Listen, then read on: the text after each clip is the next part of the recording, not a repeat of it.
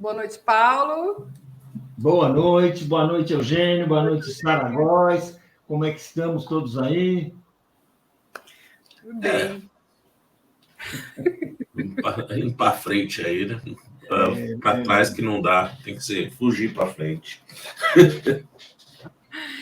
Paulo, Eugênio, eu queria começar falando o seguinte: a gente estava mostrando agora a matéria do Pedro, nosso correspondente em Nova York, falando dessa possibilidade de um meme que está ganhando a vida real, né? Donald Trump preso amanhã. E quarta-feira é a vez de Bolsonaro prestar depoimento. A gente pode sonhar com isso, Eugênio?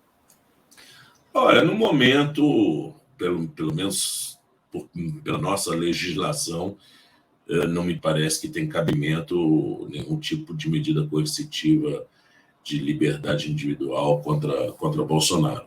Por enquanto, não. Tá? Ele voltou, ele está no Brasil. Não me parece que há, no momento, um risco evidente a ele voltar a delinquir, né? E até agora ele não atrapalhou prova nenhuma. Portanto, as razões do artigo 312 do Código de Processo Penal não estão dadas, né? Mas, né, a gente não sabe como é que as coisas vão caminhar pelas próximas semanas, né? A volta dele deixou todo mundo com uma pulga atrás da orelha, ninguém sabe quais são os planos dele, né? Se são pacíficos, não são pacíficos. Então vamos aguardar, né? Vamos aguardar. Eu acredito que o momento ainda não é esse, mas está andando muito rapidamente o primeiro processo, a primeira AIGE contra ele, que é aquela daquela reunião com os embaixadores, né? O ministro Benedito praticamente já encerrou a instrução, e ali eu acho que vai ser muito rápido. E é interessante, né? Porque apesar de a gente, assim, da campanha do presidente Lula ter entrado com várias AIGEs contra ele, todas elas muito bem estruturadas, houve uma escolha, me parece até proposital, de pegar uma AIGE que não é do PT e sim do PDT, né? Talvez, me parece que essa escolha de pegar essa do PDT como primeira de alguma forma, vamos dizer, manter algum tipo de balanço dentro da corte, né? Porque, afinal de contas, a reação bolsonarista poderia ser talvez mais virulenta se a perda dos direitos políticos se desse por conta de uma ação da campanha do presidente Lula, né? Essa daí é da campanha do Ciro Gomes. Então, me parece que estão pensando em equilibrar esse jogo. Eugênio, nós temos muitas ações, muitas denúncias contra o Bolsonaro, e a gente vai falar muito sobre isso. Mas já que o primeiro caso, esse caso que envolve aquela palestra, aquele discurso absurdo para os embaixadores, cheio de acusações, de mentiras e tudo isso, eu pergunto, do ponto de vista do processo contra o Bolsonaro, do ponto de vista da inelegibilidade, do ponto de vista de alguma condenação, qual o valor que esse episódio tem como provas, numa primeira perspectiva, numa primeira caso? Nós imaginamos que vários casos vão ser apresentados. Esse primeiro caso é um bom começo, porque foi uma coisa escandalosa. Veja bem, esse primeiro caso, se você pegar assim da estrutura mesmo da petição, não é o mais forte. Tá? Tem coisas muito mais fortes contra ele.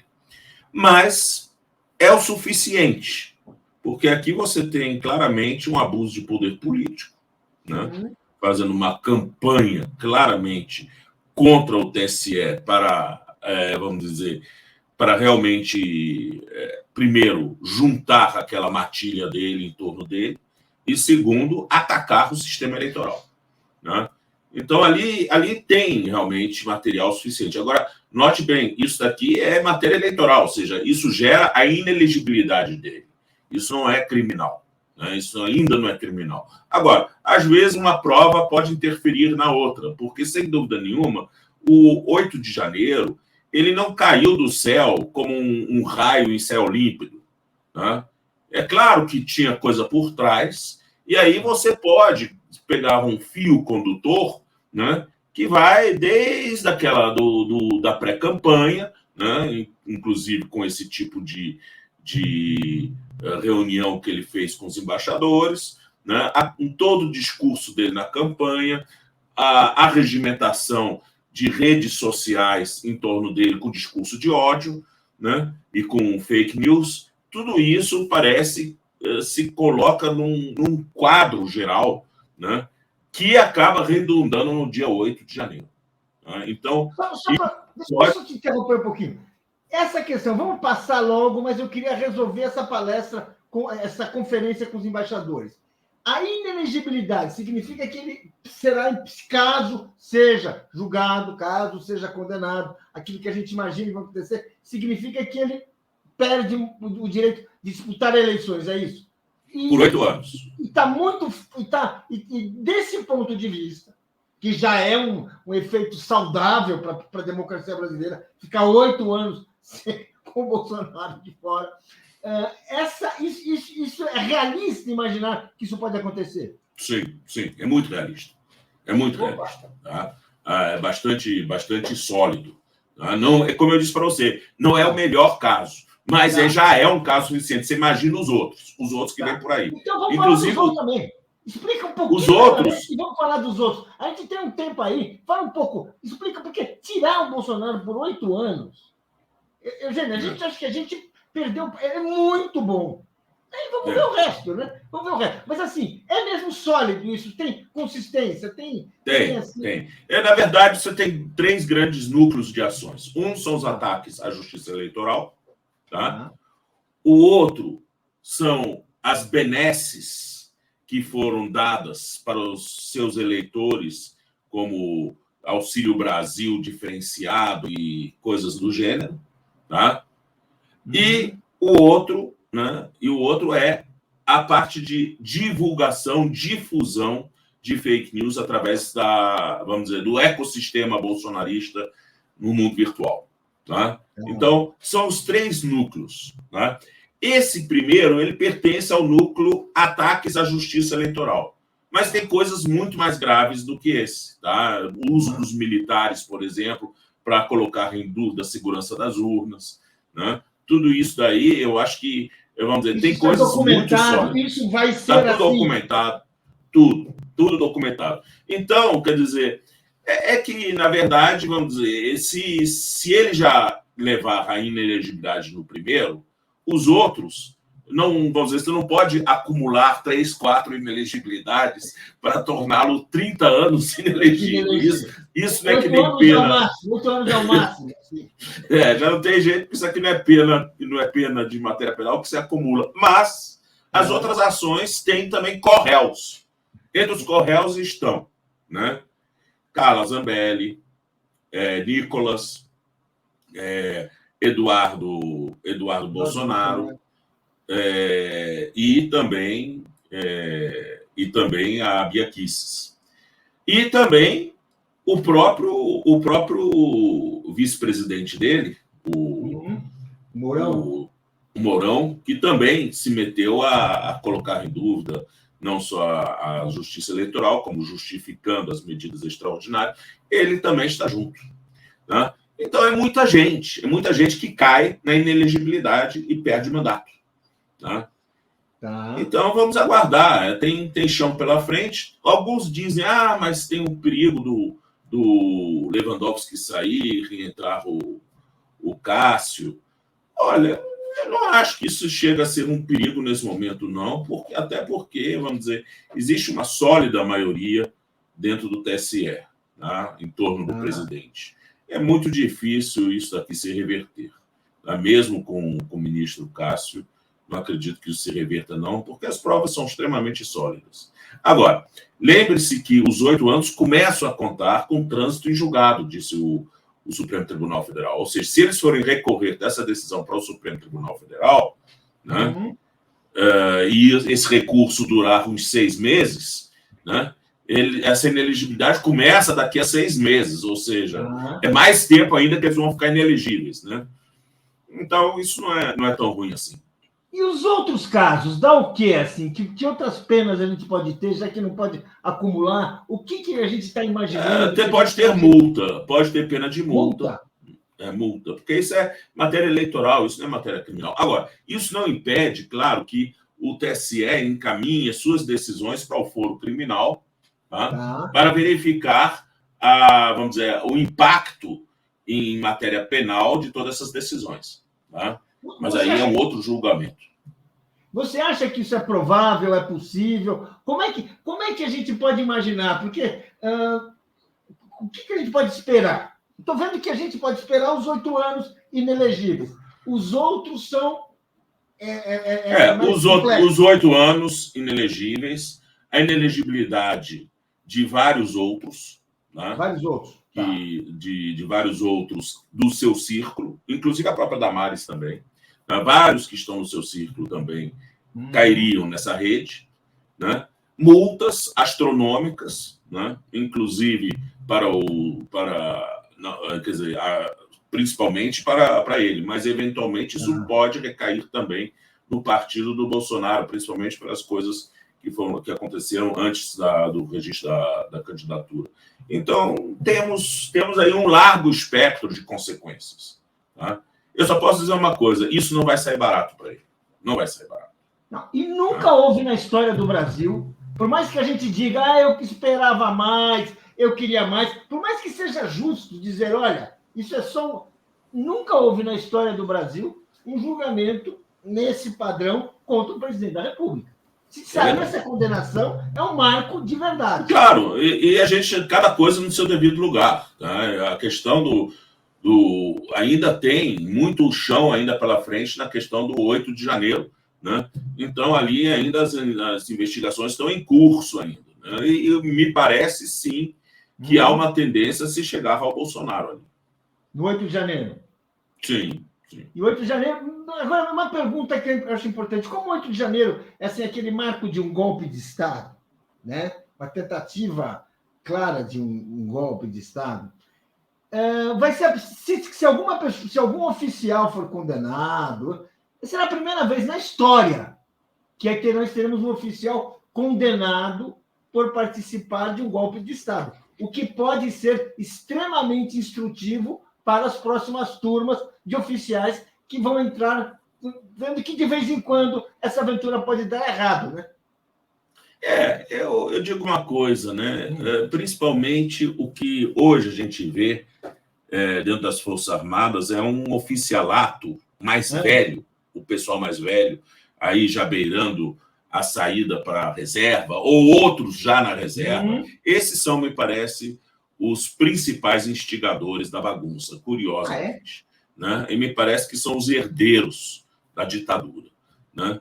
Quando você vê um general Heleno, por exemplo, né? É essa turma que me parece que está no nível da conspiração maior. O oficialato mais novo, há, claro, uma grande influência do bolsonarismo, nós não podemos negar isso, mas eles ainda têm muitos anos de carreira pela frente. Né? Então, eles vão pensar 2 vezes o que fazer.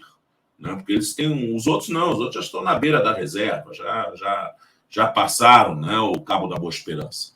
Mas esses daí, né, ainda tem alguns anos de navegação. Então, me parece que aí um exemplo pedagógico pode ser muito útil, né, para colocar essa turma para botar a cabeça no lugar.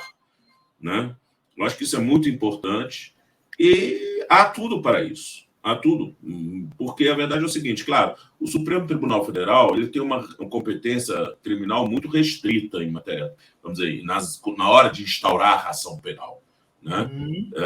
O foro privilegiado hoje é uma coisa muito restrita. Na verdade, você vai ter que pegar alguém que na época tinha foro privilegiado e continua tendo foro privilegiado para puxar todos esses casos para o Supremo Tribunal Federal. Tá? Entendi. E pode ser alguém também que foi reeleito. Também é possível. Né? Que você vai ter que puxar esse pessoal para colocar isso no Supremo. Do contrário, nós não vamos ter, vamos dizer, um ponto de contato com a jurisdição do Supremo Tribunal Federal e aí as coisas vão para a primeira instância.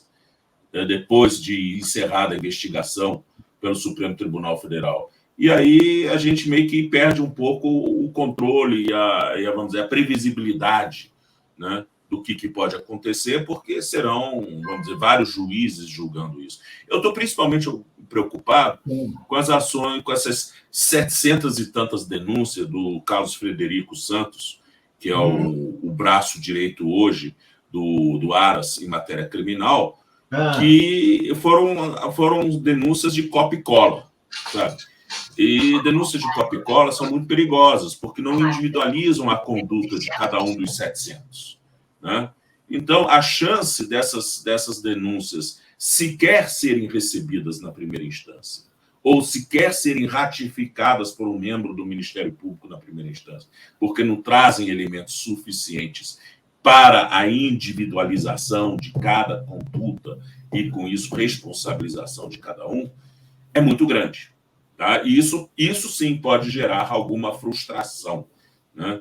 Esse tipo de, vamos dizer, de foguetório do PGR agora que quer mostrar serviço, né? Que não mostrou atrás, né? E isso daí pode acabar sendo um tiro no pé. Né? O tiro pode sair pela culatra, ou em outras palavras. Porque a verdade é que se essas denúncias não forem recebidas, vai ser um tremendo de um escândalo isso. Né? Vai ter gente que o Bolsonaro vai estar falando, olha aí, ficaram denunciando e não tinha prova nenhuma. Pois é. Então eu acho que isso é o que hoje mais me incomoda, sabe? Essa coisa, entrei com 700 denúncias. Rapaz, 700 denúncias, isso não é fábrica de denúncia, não. Cada denúncia dessa tem que ser tratada de uma forma extremamente cuidadosa. E eu não acho que isso seja o caso, tá? Com 700 denúncias saindo assim de borbotões. Né? Não acredito. Acho que isso aí poderá dar problema lá na frente. Agora, o trabalho, voltando então ao TSE, o trabalho do Benedito Gonçalves e dos juízes da Justiça Eleitoral é aquilo que a gente pode reputar como um trabalho bem feito, um trabalho que foi... É um trabalho sério. É um trabalho sério e principalmente porque as ações estão bem instruídas também. Tá? Então, você oferece um prato cheio, né? Para onde não tem muito por onde correr. E acredito, sim, há uma vontade política do tribunal de realmente estabelecer um marco, né? Até onde candidatos podem ir. Né? E esse marco, de certa forma, ele não é de hoje, ele já vem, na verdade, da ação do Franceschini, não é isso? A ação do Franceschini foi, vamos dizer assim, o primeiro precedente de que fake news pode caçar mandato. Né? Franceschini foi cassado por causa disso, o deputado lá do Paraná. Né? Como é que foi? Eu não lembro mais como é que foi. Acho que eu e muita gente não lembra. Como é que foi essa cassação? Não, é porque na eleição de 2018, o Franceschini assim, pintou e bordou com fake news e tudo mais, e acabou chegando ao TRE, TRE cassou, e depois chegou ao TSE, TSE manteve a cassação. Manteve a cassação. O delegado Franceschini, na época, ele compartilhou vídeos sobre a urna eletrônica, vídeos completamente absurdos. Você digitava um número, aparecia outro, assim, uma coisa assim, pé nem cabeça, a ponto que o TSE teve que se manifestar, fazer também seu vídeo, né, para provar que aquilo ali era completamente absurdo, e ele ainda reivindicou o direito da fake news, né, Eugênio Aragão? Ele reivindicou, porque eles fazem isso, o direito de mentir, como se fosse É meu direito à liberdade de expressão, pronto. É basicamente isso. Mentir, agredir, xingar. Né? Acusar. É isso. Liberdade de expressão. Né? Verdade. Paulo, tem dois assuntos que estão rondando aqui muito a nossa audiência. O primeiro é um retorno aí desse período de trevas, né, sobre a Lava Jato, sobre o Tacla Duran. Eu vou até recuperar aqui a pergunta por inteiro. Foi do Carlos Carvalho. Ele fala assim: pergunte ao Aragão o que ele achou das decisões da juíza Gabriela Hart, que suspendeu o sigilo da investigação, aquela suposta ameaça ao senador Sérgio Moro, e da substituição do procurador. E outro assunto, só para emendar aqui, para embalar, é sobre o Anderson Torres, sobre essa novidade que apareceu agora no final de semana. Ok. Então, vamos lá. a respeito da doutora Gabriela Hart. Né? A doutora Gabriela Hart já tem uns antecedentes em matéria de, vamos dizer, de forçar a barra quanto à perseguição de pessoas selecionadas, que não é de hoje. A Vaza Jato apresentou alguns dados a respeito dela. Né? Ela, por exemplo, dizendo: até agora não veio nenhuma denúncia, poxa, né? Uma mensagem que ela teria mandado, né? Poxa, nenhuma denúncia até agora. Quer dizer, isso já mostra realmente um certo desequilíbrio, né? Um certo desequilíbrio dela. E realmente as conversas que se ouve ali entre o Dallagnol e ela, e que Dallagnol reportou ao grupo na Vaza Jato, né, mostram claramente de que havia ali um conluio claro, de que ela realmente estava ali a postos para atender o Ministério Público. Né? Ela vamos dizer, se o Moro já era um juiz de quinta categoria, ela é um Moro piorado. Né? Ela é um Moro piorado. Né? Porque o Moro, pelo menos, ele era quase que monossilábico. Né? Essa daí não, essa aí falava, abria a boca e falava realmente quem ela era. Né?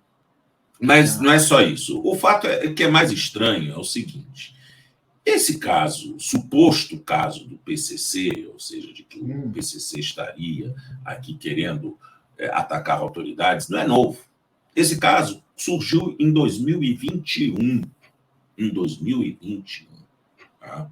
Então, é lá de trás. Tá? Aí São Paulo começou a investigar essas questões e pediu algumas diligências.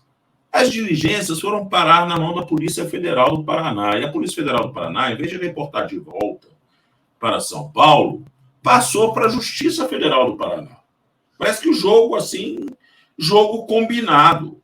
Tá. É curioso que no dia da operação que a juíza determinou, foi exatamente a data em que sai a portaria indicando ela para substituir a doutora Sandra, né? Que é a juíza titular da vara.